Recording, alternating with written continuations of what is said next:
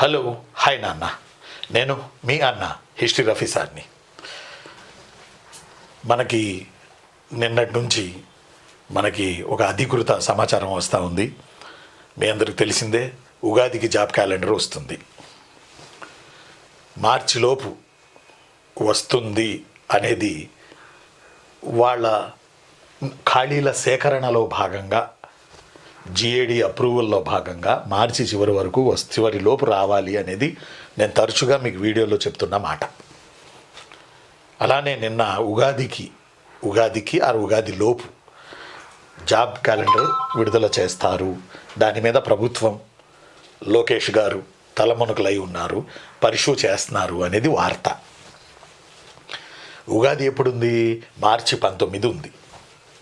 మార్చి 19న ఉగాది ఉంది. ఉగాదిలోపు ఉగాది వరకు job calendar ఇస్తాము అని, జాబ్ క్యాలెండర్ మీద ప్రభుత్వం స్టిక్ ఆన్ అయి ఉంది అని ఈరోజున్న దాన్ని బట్టి మనకు తెలుస్తుంది. ఇక రెండవ విషయం ఏంటంటే, నిన్న తమ్ముళ్ళు, ఏది మన డిఎఫ్ఎఫ్ఐ తమ్ముళ్ళు నిన్న అతిపెద్ద ధర్నా చేశారు. ఆ ప్రభావం కూడా పడి నిన్న ఒక స్టేట్మెంట్ ఇవ్వడానికి, ప్రభుత్వానికి ఒక స్టేట్మెంట్ ఇవ్వడానికి కారణమైందని మనం చెప్పొచ్చు. కాబట్టి జాబ్ క్యాలెండర్ రాకుండా ఉండదు.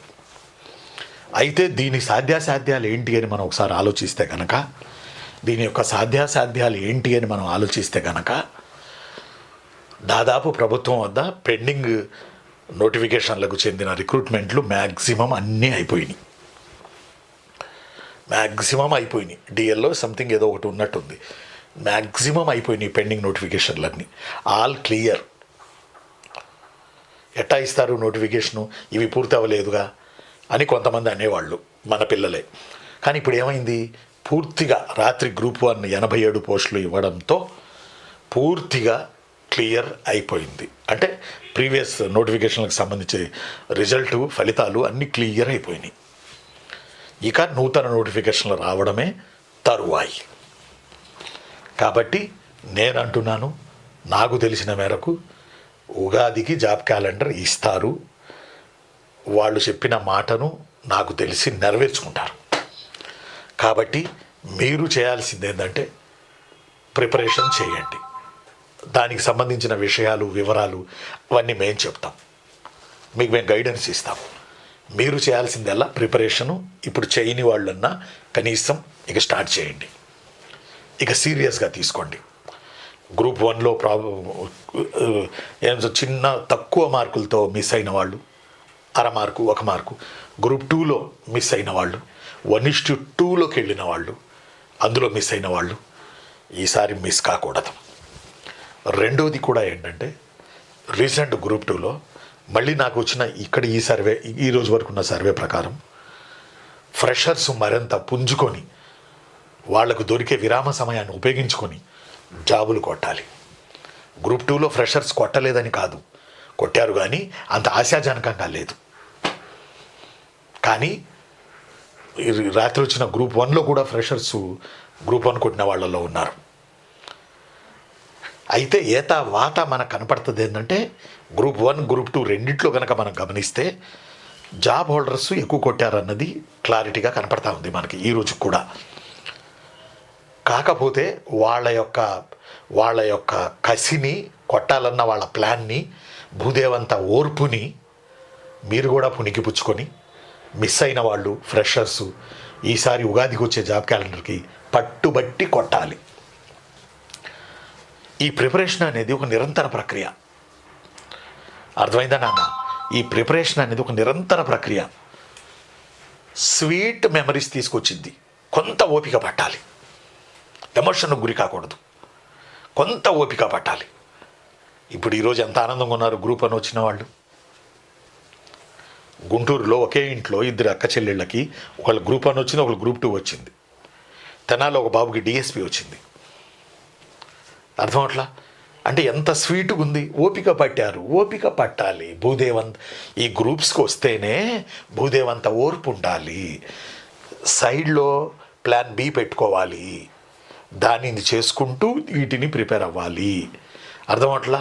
కొంత ఫైనాన్షియల్గా బాగుంటే ఓకే, లేకపోతే ఒక చిన్న జాబ్ చేసుకుంటూనే ఈ ప్రిపరేషన్ చేయాలి. కాబట్టి ఈ రాత్రి గ్రూప్ 1 కూడా వచ్చేసినాయి, గ్రూప్ 2 కూడా వచ్చేసినాయి. ప్రభుత్వం దగ్గర మ్యాక్సిమం పెండింగ్ లేవు. ఇక కొత్త నోటిఫికేషన్ మీద ప్రభుత్వం దృష్టి సారించింది. జాబ్ క్యాలెండర్ వచ్చి తీరుతుంది ఉగాదికి.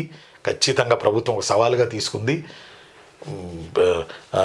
ఈ పోరాటం చేస్తున్నటువంటి పిల్లలు, నిన్న పోరాటం చేసినటువంటి పిల్లలు, ఈ నిరుద్యోగులు ఒకప్పుడు ఎట్లుండేదంటే, మా టైంలో ఎలక్షన్లప్పుడు 5 years ఒక నోటిఫికేషన్ ఇచ్చేవాళ్ళు.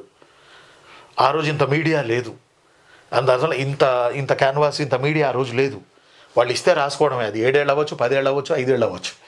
ఇప్పుడు అలా లేదు. ప్రభుత్వాలు నిరుద్యోగుల్ని విమర్శించే పరిస్థితి లేదు.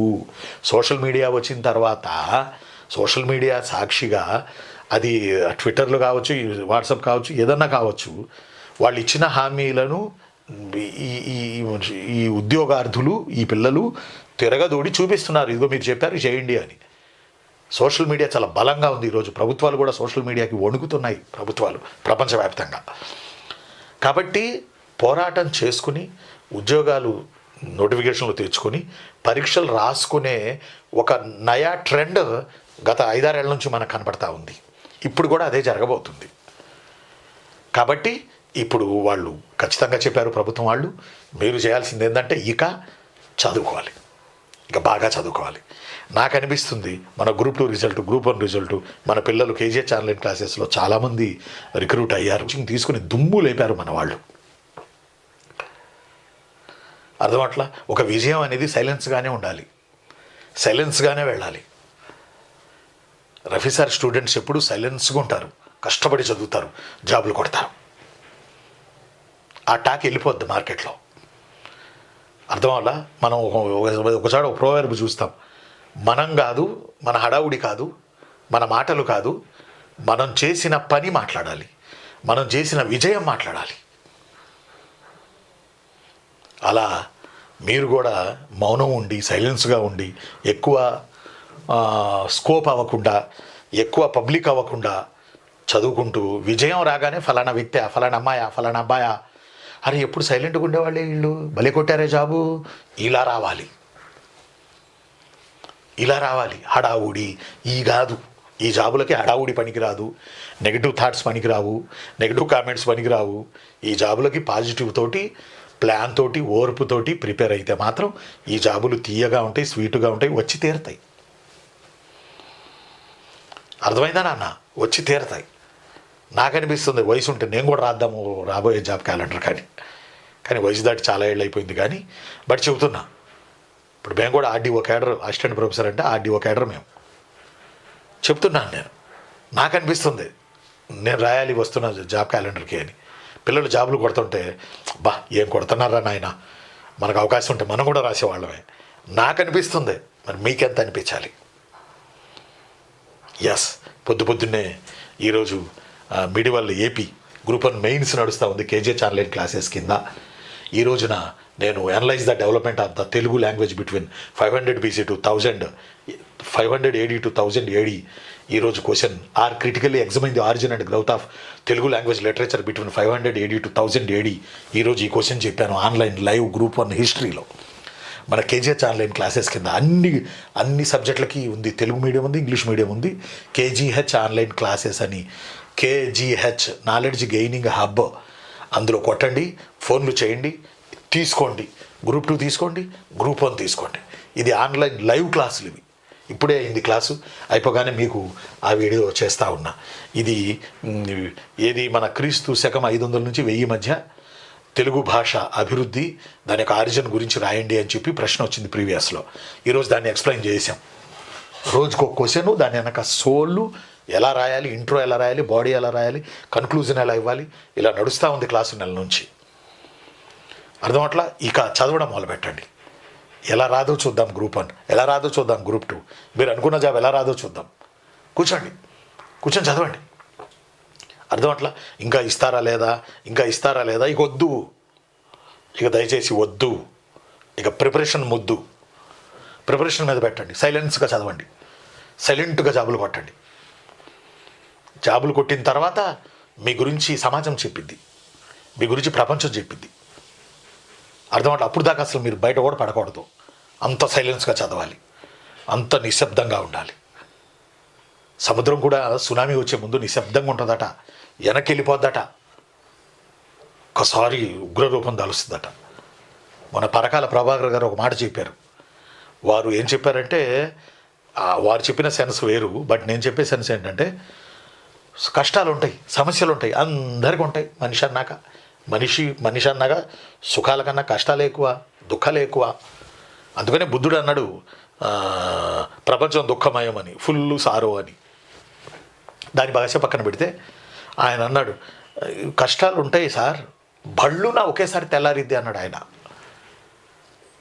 రాత్రి 7ంటికి చీకటి ఉంటుంది, 10ంటికి చీకటి ఉంటుంది, 12ంటికి చీకటి ఉంటుంది, 1 గంటకి చీకటి ఉంటుంది, 3ంటికి చీకటి ఉంటుంది, 4ంటికి చీకటి ఉంటుంది, 5ంటికి చీకటి ఉంటుంది, 5:30కి 6ంటికి బళ్ళున తెల్లారిద్ది, తెల్లారకుండా ఉండదు అని. మన జీవితాలు కూడా మారిపోతాయి.